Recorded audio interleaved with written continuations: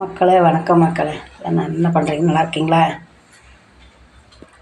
எங்கள் வீட்டில் லைனுக்கு போகிறார், பாத்திரம் வாட்டி போகிறாரு. கிழங்கு வாங்கினேங்க நேற்று. பாருங்கள் கிழங்கு பாருங்கள் எப்படி இருக்குதுங்க. குக்கரில் போட்டு வேவிக்கிற மாதிரி கிழங்கு இருக்குதுங்க. அது சாப்பிட்லான்னு ஆசையாக எடுத்தோம்னா கசக்குது கிழங்கு. இதெல்லாம் நாங்கள் பஞ்ச காலத்தில் எங்கள் ஐயா அம்மாலாம் கிழங்கு வேவிச்சு கொடுத்தாங்கன்னா வேவிச்சு வடி போடுறப்ப எனக்கும் உனக்குன்னு நாங்கள் 10 பேர் எல்லாம் அண்ணன் தம்பி அக்கா தங்கச்சிங்கெல்லாம் எடுத்து போடுறப்ப எனக்கும் உனக்குன்னு ஓடுவோம். கிழங்க பாருங்கள், சாப்பிட்லான்னு எடுத்தால் கசக்குது. சிப்ஸு போட்டுட்டு மிச்சத்து சிப்ஸு போடவே முடியல. தூளாக போகுது கிழங்கு. அப்படி வேரோடு இருக்குது. நேற்று பொழுதோடு தாங்க பக்கத்தில் காடு இருக்குது, காட்டில் இருந்து காட்டுக்காரங்க கொண்டு வந்தாங்க. பாருங்கள் கிழங்க பாருங்கள் எப்படி இருக்குதுன்னு. தோலே உளிக்க முடியும். சரி தோலோடு நம்மலாம் கிழங்கு சாப்பிடாத ஆளுங்களாம் நாங்கள்லாம். பஞ்ச காலத்துலேயே நாங்கள்லாம் அதெல்லாம் சாப்பிட்டு பஞ்ச காலத்துலேயும் அப்போ நிறக்க இருந்தது. அதே நமக்கு ஆகாரம் எல்லாத்துக்கும் குடும்பத்துக்கே அது ஆகாரம். ஒரு நேரம் இல்லைன்னாலும் அதை சாப்பிட்டுலாம் இருந்திருக்கோம். இன்றைக்கி பாருங்கள் கிழங்கு அது ஒரு ஆசை பொருளாக ஆயிடுச்சு பாருங்களேன். என்ன சொல்கிறது, கசக்குதுங்க. எங்கள் வீட்டில் எதுக்குமா இது வாங்கினேன், ஒரு பயிர் வச்சுருந்தா கூட தானியம் ஏதோ ஒரு தானியம் ஊற வச்சு வச்சுருந்தா கூட கொஞ்சம் இதாக காசு போட்டு வாங்கி இப்படி கிழங்கு நல்லா இருக்குன்னு எனக்கு என்ன தெரியும்.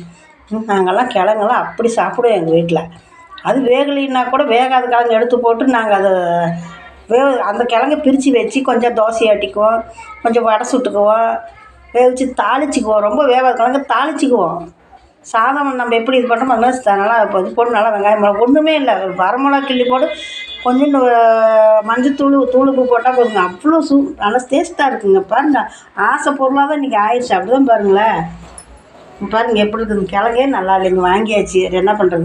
இனிமேல் வந்தால் வேண்டான்னு சொல்ல வேண்டான்னாலும் கிழங்கு அப்போனா நல்லா இருக்குது இதை வேறு நாளைக்கு கொண்டு வந்து கொடுக்குறேன்ட்டு போனாங்க. இது வாங்கினதுக்கே விட தெரியல.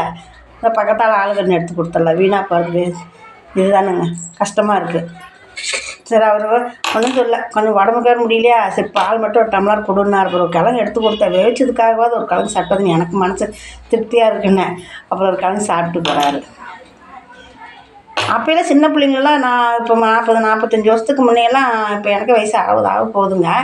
அப்போயெல்லாம் ஒரு கிலோ 4 ரூபாய்க்கு போடுவாங்க. நான் சின்ன பிள்ளையா இருக்கும்போது இன்னும் 2 போடணுன்னா சைக்கிள் ஒயரும் கூட இல்லாமல் நீ இன்னும் 2 போடுன்னு கேட்குறியாம்மாங்க. கோவப்பட மாட்டாங்க, கேட்டால் போடுவாங்க. அந்த மாதிரிலாம் இருந்தாங்க மனுஷர் அப்போயெல்லாம். நல்லா இருக்குங்க. அப்போயெல்லாம் கிழங்கு நல்லாயிருக்கும். நாங்களாம் கஷ்டத்துலேருந்து வந்தது அம்மா இல்லாத 40 வருஷமாக நாங்கள்லாம் இருந்து அப்பாலாம் காப்பாற்றி கரை சேர்த்தி அப்படிலாம் வச்சுருந்தாங்க. இன்றைக்கி அது எதையுமே எங்களால் மறக்க முடிய மாட்டேங்குது. பழசையே பிடிச்சிட்டு தொங்கு அப்படிங்கிறாங்க.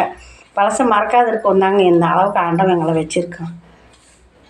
சரிங்க, காலை வேலை இருக்குது உங்களுக்கெல்லாம். பாருங்கள், பாய்.